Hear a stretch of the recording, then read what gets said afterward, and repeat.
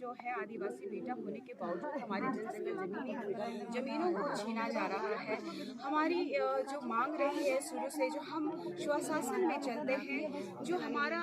ग्राम सभा के माध्यम से हमारे सारे निर्णय होते हैं, तो इस संविधान के तहत आने वाले सभी कर्मचारियों को, चाहे वो डीसी हो, चाहे स्थानीय पदाधिकारी हो, चाहे डीसीओ हो, तो उनको समझना चाहिए कि जो बच्चे पढ़ते हैं और यहाँ के बगल में उनका घर है, तो सबसे बड़ी बात विडंबना ये है कि हमारी सुख सुविधाओं का ख्याल नहीं रख रहे हैं लोग। आप विकास का काम कीजिए, आप लूट का काम कर रहे हैं। यहाँ से बालू जा रहा है, कोयला जा रहा है, यहाँ से खनिज संपदाएं जा रही हैं, लेकिन आदिवासी जो कि इस देश का मूल मालिक है आज किस पायदान में है? आज चतरा के लोग, जो महिलाएं जो आज ब्लाउज नहीं पहनती है, कुछ लोगों के पास कपड़े नहीं है, पीने के लिए स्वच्छ पानी नहीं है, हमारे पास स्वास्थ्य व्यवस्थाएं नहीं है, सड़कें नहीं है, हमें बुनियादी सुविधाएं चाहिए। लगातार हम डिमांड कर रहे हैं कि ये झारखंड राज्य, ये आदिवासी बेटा को जो हमने जनता के द्वारा जनता के लिए चुना था, लेकिन लगातार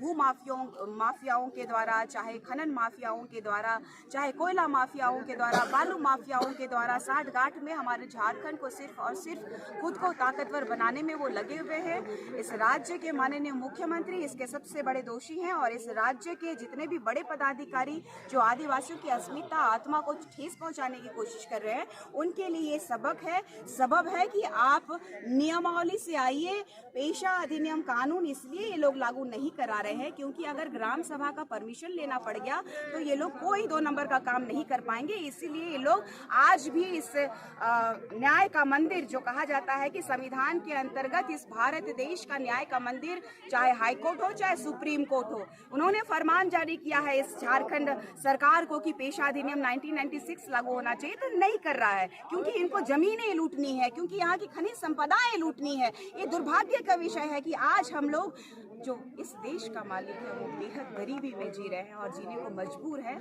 आदिवासी मुख्यमंत्री होने के बावजूद हम त्राही मांग कर रहे हैं। ये दुर्भाग्य का विषय है कि जब जब उनको हमारी चीजें लूटनी होती हैं, चाहे विकास के नाम पे हमारा हनन करना होता है, तो प्रशासन को आगे कर देता है। आपने देखा होगा कि कितने प्रशासन यहाँ पे खड़े, और लगातार हम ही क्यों बली, हम ही अपना क्यों सेक्रीफाइस करें? हमारे लोग अनपढ़ गंवार है, इसीलिए आप लोग किसी का तरह से लिखतन पढ़तन करके कुछ भी कर देंगे। महज यहाँ पे अगर ग्राम सभा हुआ होता तो गांव वालों को तो पता होता ना,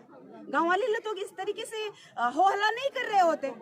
हमने कहा था इन लोगों को कि 1 हफ्ता पहले ही कि मैं किसी कारणवश, क्योंकि मैं बीमार भी चल रही थी और मेरा शेड्यूल भी बिजी था, इसीलिए मैं यहाँ पर आ नहीं पाई थी और आज आने का मैंने डेट इनको दिया था और मैंने कहा था कि मैं जाऊंगी तो काम बंद करवाऊंगी और वहाँ की